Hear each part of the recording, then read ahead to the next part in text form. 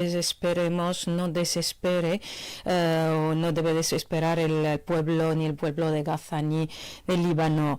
Bueno, bienvenidos otra vez al programa en lengua española. Hoy, 30 de septiembre, se celebra el Día Internacional de la Traducción. Con este motivo tenemos el honor de contar con una invitada muy especial, una destacada profesora, antes de todo y después traductora, intérprete, reconocida por su excepcional trabajo y sobre todo por su habilidad para captar matices y transmitir incluso emociones. Está con nosotros por teléfono la profesora Mouneh Zine Dogaz. Buenas tardes, Mouneh, y gracias por estar con nosotros. Muy buenas noches, querida Asma. Muchísimas gracias a Radio Túnez, Canal Internacional, por esta invitación. Es un honor también para mí estar con ustedes esta noche. Y sobre todo con motivo de esta jornada tan especial para nosotros, sí, los intérpretes. Sí, los intérpretes y traductores. Bueno, Mouneh, antes de hablar de la traducción, quiero felicitarte. Felicidades por la increíble victoria de tu hijo, Aziz Dogaz, que acaba de ganar el torneo ITF, ¿no?, de Fuzhou, ¿no? Pronuncio bien, en China, al vencer en la final del domingo al chino Ji Kui. Sí, puedes. Efectivamente. Sí. Efectivamente. Muchas gracias. Ha sido una gran victoria, ¿no? Y eso es inspirador para muchos jóvenes, como Aziz ha superado muchos desafíos, ¿sí o no?, para llegar a esto. Y bueno, yo no sé hasta qué punto una madre puede ser objetiva, pero lo que sí puedo decir es que verdaderamente sí que supone mucho para él esta victoria. Bueno, estas 2 semanas más exactamente, porque fueron 2 victorias sucesivas en China, y sobre todo tomando en cuenta de que la final tuvo lugar contra un chino y ante un público chino muy numeroso apoyando pues al adversario, ¿no? Por lo tanto, pues fue realmente realmente una victoria bastante extraordinaria, sobre todo bien merecida, sobre todo. Sí, yo creo que muy merecida, porque evidentemente detrás de todas estas victorias hay muchísimo trabajo, mucho esmero, mucho empeño, muchísima perseverancia, muchísimas también muchísimas ganas de ganar, muchos sacrificios, muchísimos sacrificios, que yo creo que poca gente se da cuenta de lo difícil que es la vida de esta gente, que son de alguna manera pues viajeros permanentes, ¿no? Están recorriendo el mundo cada semana en un país distinto, con temperaturas distintas, mismamente en China con un 90% de humedad.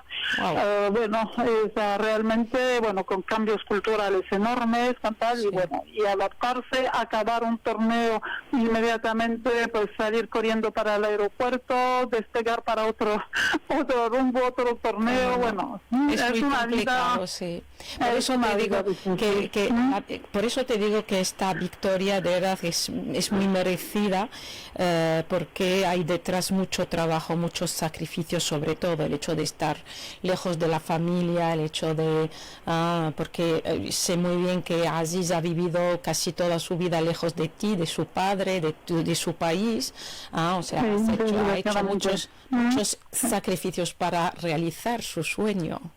Sí, efectivamente, para concretar sus sueños tuvimos nosotros también como padres que hacer muchísimos sacrificios, ya que aceptamos alejarnos de nuestro hijo cuando apenas tenía 15 años, realmente una edad muy complicada, además que coincide con la adolescencia, y que por un lado nos entra el miedo de perder al niño y deberle desviar, y por otro lado pensamos que no tenemos derecho a oponernos a una vida que él ha elegido, porque yo creo que Aziz nació para jugar al tenis verdaderamente, así que no había derecho a oponerse a sus deseos, y lo hicimos todo para animarle, para apoyarle, y para que pudiera, algún día ojalá pues a conseguir pues hasta incluso una clasificación mejor que esta. Sí. Pero ya que hablamos de estos dos torneos, pues han sido muy importantes también para Aziz, porque ya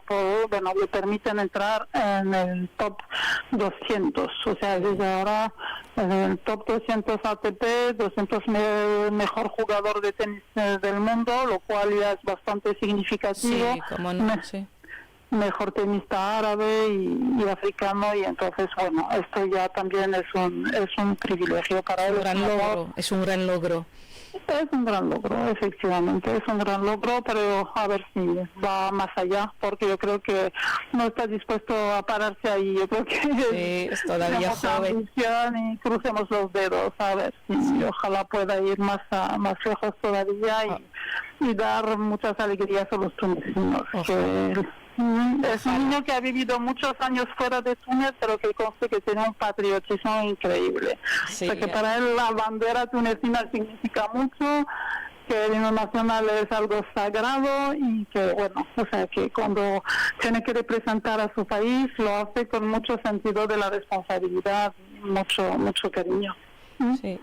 Y bueno, que tenga mucha suerte para los próximos torneos. Muy bien, volvemos a lo nuestro, a la traducción, a tu especialidad, Mune, eres intérprete, esencialmente profesora también de español. Ante todo hispanista, con vocación de profesora desde niña, así que yo lo recuerdo siempre. Sí. Ante todo profesora. O sea, bien, ¿de dónde viene esta la pasión por la traducción, por la interpretación, si queremos, el hecho de, o sea, no seguiste estudios, ¿no?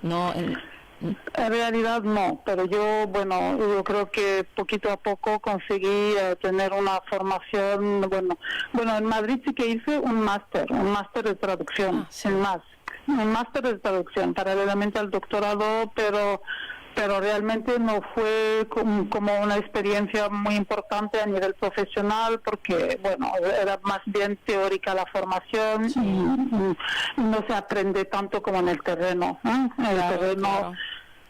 O sea, así que la tuya fue podemos decir, gracias a la experiencia, una autoformación, ¿no? En este campo, en la Sí, mucho atrevimiento, muchas ganas también de alguna manera de alcanzar también ese objetivo, este sueño, muchas ganas de conseguir pues esto, imponerme también en este mundo profesional que siempre me ha fascinado, que también es un deporte, es un deporte cerebral, un deporte intelectual. Eso digo siempre, sí, eso es verdad. Sí, porque pienso que uno, o sea, para ejercer esta este trabajo, la traducción o la interpretación, la traducción simultánea se necesita, o sea, necesita toda una concentración, se necesita también dominar dos lenguas, la española, o sea, la de origen y a la que traducimos el texto, la francesa, la española, en nuestro caso la árabe y la lengua española, y eso es un gran desafío, pienso, ¿no? No es nada, sobre todo la traducción simultánea, ¿no? Sí, la traducción simultánea, lo que digo siempre es de alguna manera la Fórmula 1 de la traducción, porque la traducción escrita no supone ni mucho menos el mismo estrés. Claro. La traducción escrita permite trabajar de manera muy relajada, permite incluso consultar diccionarios, hacer investigaciones terminológicas, no corre prisa encontrar la buena palabra en el buen momento. En cambio, pues la traducción simultánea realmente es otra cosa. Yo creo que ante todo lo que a mí me ha conseguido enseñar es dominar mis nervios, superar el estrés escénico y empezar a tener mucha seguridad, cuando en realidad, cuando era más joven, pues no la tenía esta seguridad, ¿no? Me sentía pues muy estresada en cuanto se encendía el micrófono, me sentía, incluso llegaba a entrar algunas veces, incluso lo cuento ahora riéndome, que hasta entraba en la cabina tomándome pues una valeriana, un comprimido homeopático para relajarme los nervios pero después, poquito a poco, uno se siente cada vez más seguro, más tranquilo. Y el estrés desaparece. Poco a poco. El estrés desaparece. Entonces, ante todo, se necesita evidentemente digamos, la perfecta, yo diría, pues el perfecto dominio de dos lenguas, ¿no? El perfecto dominio. Eso sí, seguro. Y no solamente de la lengua general, sino también de las jergas pues técnicas, porque la traducción simultánea de un evento a otro, de un congreso a otro, etcétera. El registro difiere, no es totalmente. Puede ser político, puede ser medioambiental, puede ser médico, puede ser jurídico, puede ser financiero, pues de todo. Y claro, nosotros que normalmente que no somos ni ingenieros, ni médicos, ni nada de esto, pues nos tenemos que formar. Por esto es muy importante pues toda la preparación previa a cada congreso, a cada evento. Pero también es interesante, es mucho trabajo, pero es un trabajo que nunca es rutinario, es un trabajo que permite siempre avanzar, que permite siempre adquirir conocimientos. Eso, es enriquecedor es enriquecedor, porque siempre uno aprende muchas cosas, conoce mucha nueva gente. Efectivamente. Yo creo que si no fuera la traducción no habría conocido muchísimas cosas, muchísimos entornos profesionales en mi vida. Sí. Así que... Muy bien. Bueno, ¿alguna vez cuando hacías la traducción de cabina, ¿no? Traducción simultánea, ¿hay alguna anécdota divertida que te haya ocurrido? ¿No?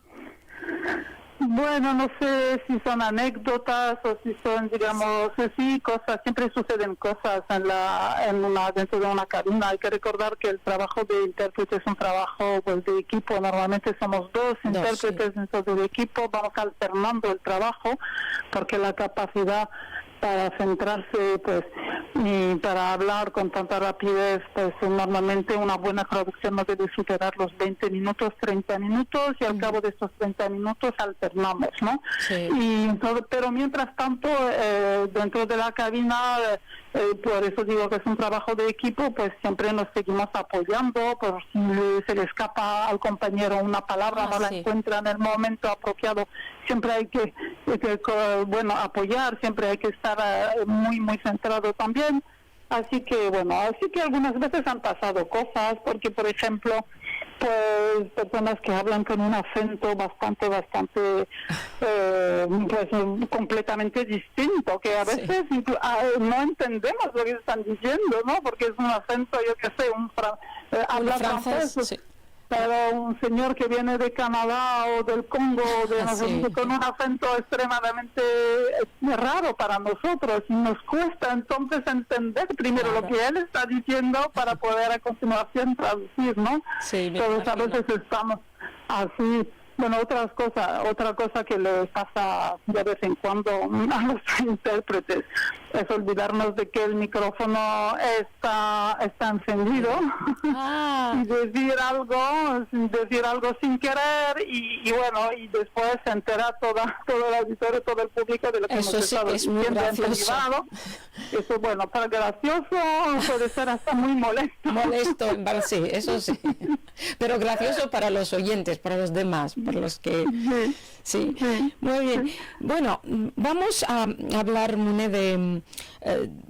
siempre ahora, hoy en día, no podemos, hacer caso omiso del gran papel de la inteligencia artificial en la traducción, que utiliza algoritmos avanzados y aprendizaje profundo para ofrecer traducciones, digamos, más precisas y contextuales. Pero a veces pueden surgir errores, especialmente con frases idiomáticas o culturales, ¿no? A menudo. Y en este caso, por eso digo que no podemos prescindir del traductor, del ser humano, del traductor, del hombre traductor o la mujer traductora, porque está aquí siempre para revisar, ¿no?, las traducciones automáticas para asegurar, claro, que el sentido sea correcto, ¿no?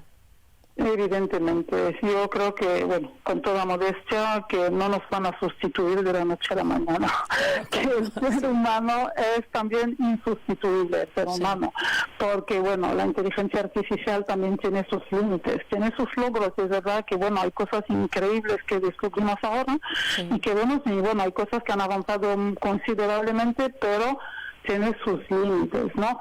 La inteligencia artificial es incapaz de detectar los contextos, por ejemplo, una palabra que tiene muchas acepciones, pues la inteligencia artificial pues sería incapaz de elegir la palabra apropiada según el contexto, ¿no? Según si es un contexto jurídico, si es un contexto, en fin. Y esto, por eso muchas veces, pues cuando vemos traducciones, pues echamos a reír porque decimos, esto lo ha traducido, pues Google Translate, lo ha traducido la inteligencia artificial, todo esto porque no tiene ni pies ni cabeza. Claro, y muy rara digo ahora, y sobre todo con las expresiones idiomáticas, es incapaz.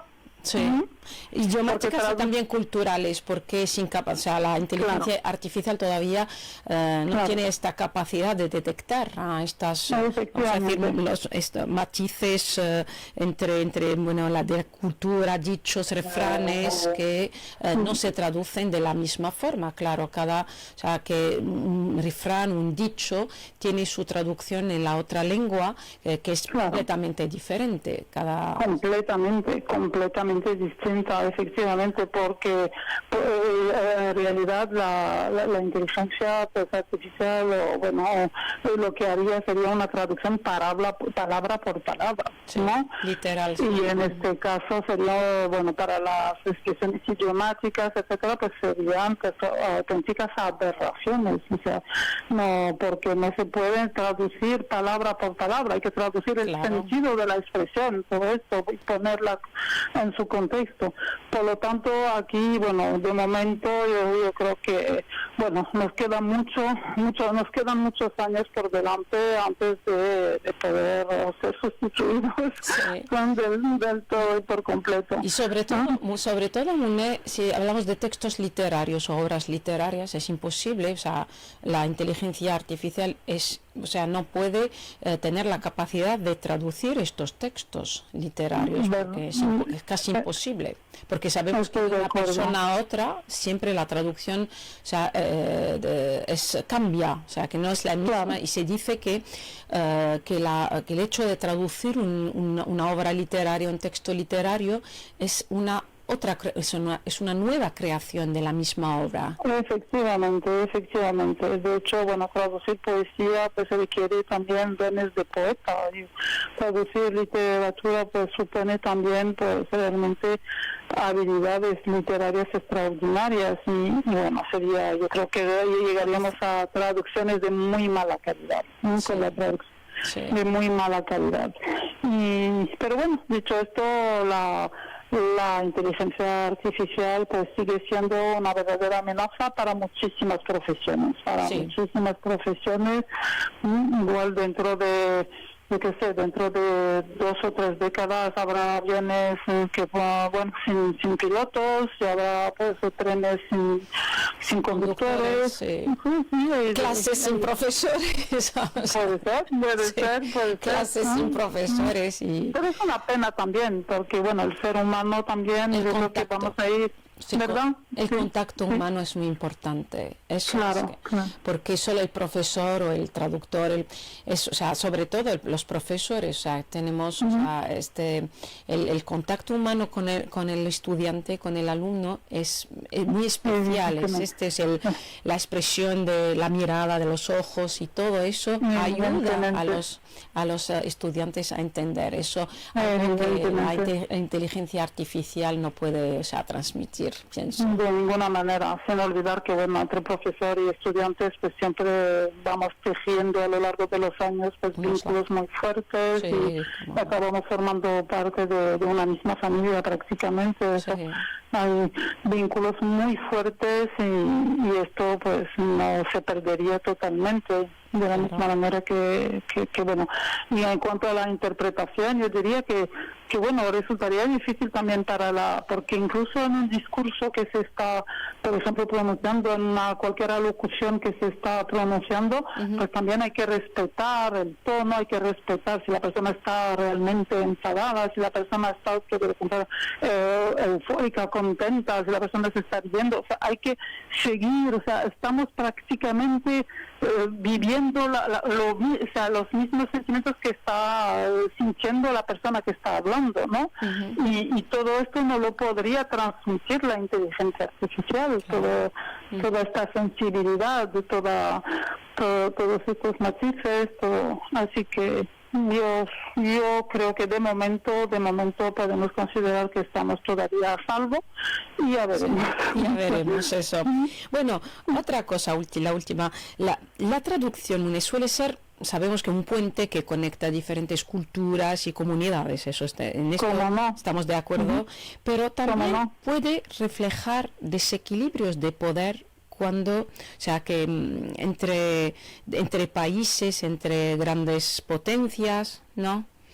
Sí, porque bueno, hay países que, por ejemplo, ayer mismo leía sobre, por ejemplo, la cantidad increíble, inversiones de libros traducidos cada año en Francia, desde el chino, desde el sueco, desde el ruso, desde el polaco, y digo, pero qué riqueza tan extraordinaria, ¿no? Qué riqueza tan extraordinaria tienen gracias a la lengua francesa que permite acceder a todas estas obras, a todos estos libros, etcétera. En cambio, hay, lenguas entonces así como muy poderosas, la lengua inglesa, evidentemente, la lengua española, pues sí. El mandarín, China, sí, la lengua china también.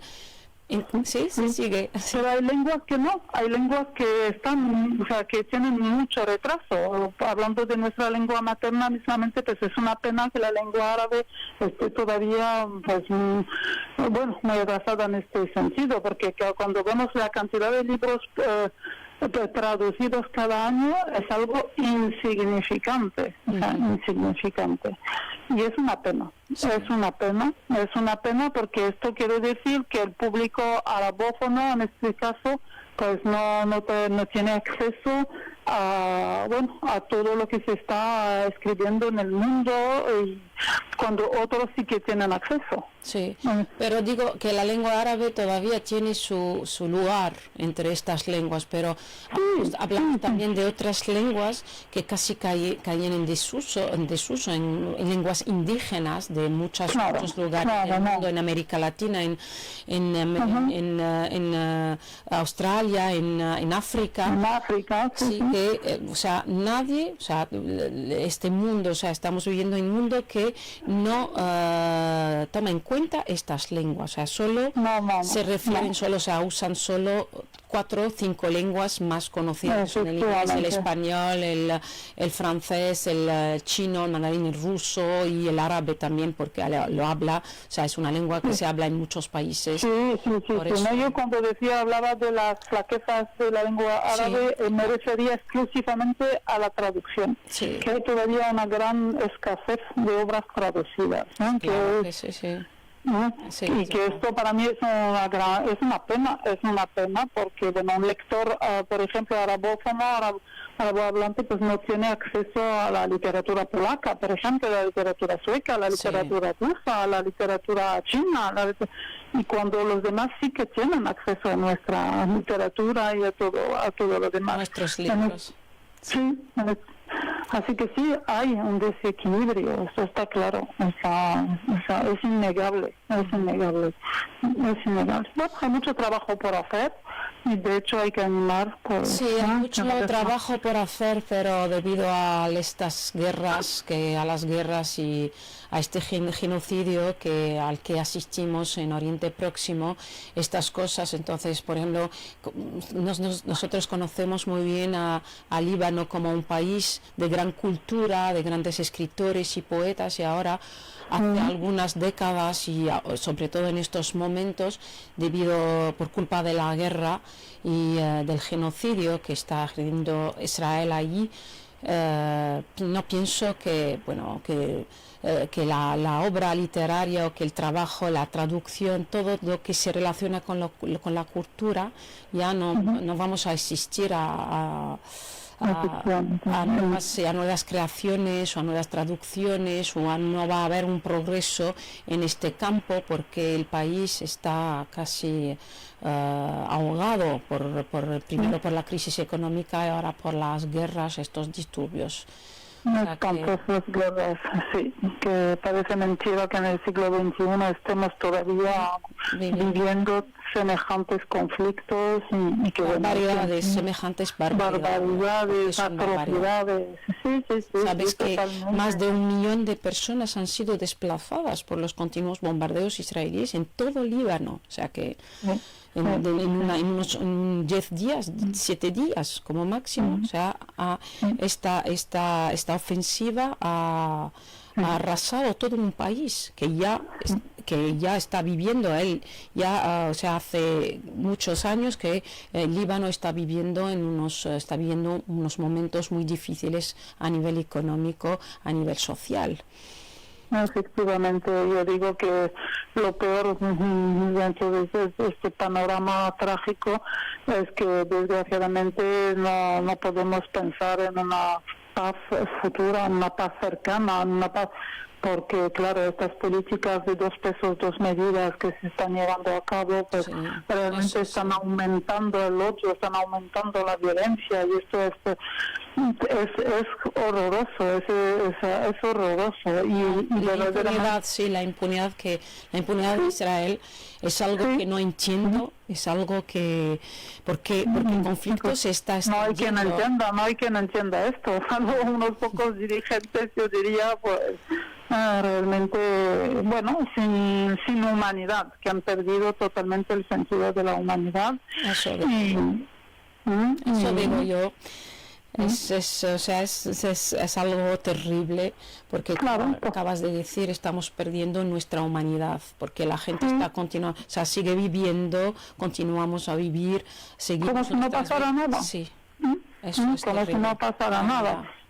Y más que todo, bueno, cuando hay un niño, pues un niño, yo que sé, americano, belga, italiano, francés o lo que sea, pues que, bueno, israelí también, bueno, ha muerto, pues el mundo entero condena y el mundo entero está de luto, yo no digo que esta vida no tenga importancia, ni muchísimo menos, pero digo, ¿y por qué cuando hay 400 y 500 niños inocentes que se mueren en la misma noche no le dan la misma importancia, no se perciben de la misma manera? Esto sí que es inaceptable. Y esto, desgraciadamente, hace que Occidente está perdiendo cada vez más su credibilidad. Occidente como países de derechos humanos, que se decían de derechos humanos, etcétera. Pues, todo lo que aprendimos nosotros, todo lo que aprendimos de la cultura francesa, de la cultura europea en general, todo cayó, o sea, nos damos cuenta que es solo en teoría. Eso no. Menos mal que España, Irlanda también siguen pues siendo muy objetivos y apoyando pues verdaderamente a estos países víctimas, etcétera. Esto no se puede negar. Y esto explica que, también, pues eso, porque tenemos vínculos tan fuertes con España, ¿no? Que esto es algo que hay que recordar, que el primer país en Europa, el primer país en Europa en haber condenado rotundamente el genocidio contra el pueblo de Gaza fue el gobierno español.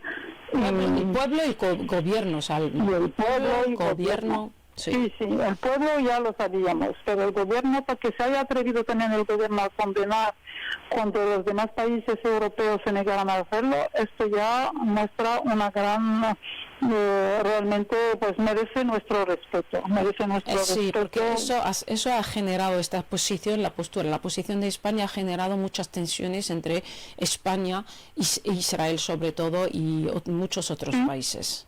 Le ha costado muchísimo a España esta posición, pero lo hace porque, bueno, es un país que está convencido, de esto y porque, bueno, defiende la causa, defiende la humanidad, simplemente. Y ¿no? sobre todo porque quizá han entendido que, bueno, España ha vivido una época trágica también de terrorismo, con el terrorismo de ETA, pero bueno, a ningún español se le ha ocurrido, y menos todavía a los dirigentes, se le ha ocurrido pues exterminar todo un pueblo porque había unos terroristas en el País Vasco. A nadie se le ha ocurrido matar a todos los vascos por el único pretexto de que había unos terroristas ahí. Y sin embargo, esto mismo lo están haciendo ahora, bajo el pretexto de que hay unos terroristas. Es un pretexto, como dices tú, es un pretexto, o sea que están aplicando el plan, un plan de extensión de Israel para crear el gran Israel, pienso, es eso, no puede ser otra cosa. Porque el conflicto, estamos viendo estos días que el conflicto se está extendiendo cada vez más. Ahora Yemen, Líbano, acaba de bombardear hoy, Israel ha bombardeado el centro de Beirut, algo con la excusa de, no sé, de atacar a la sede de, no sé, unos dirigentes palestinos y de Hezbollah. Pero mientras tanto van matando civiles inocentes y es terrible, así que bueno, pues espero que dentro de, que algún día podamos ver un mundo capaz de vivir en paz y dirigentes sobre todo más comprometidos con la paz. Sí. Muchas gracias, Monet, por esta ha sido charla. Un inmenso placer. Sí, es una charla siempre muy interesante contigo.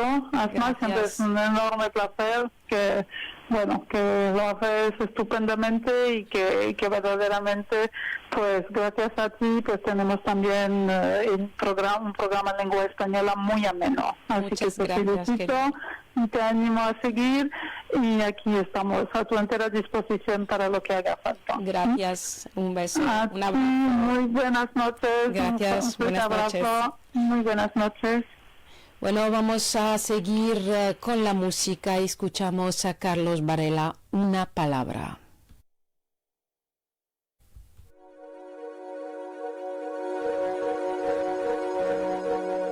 Una palabra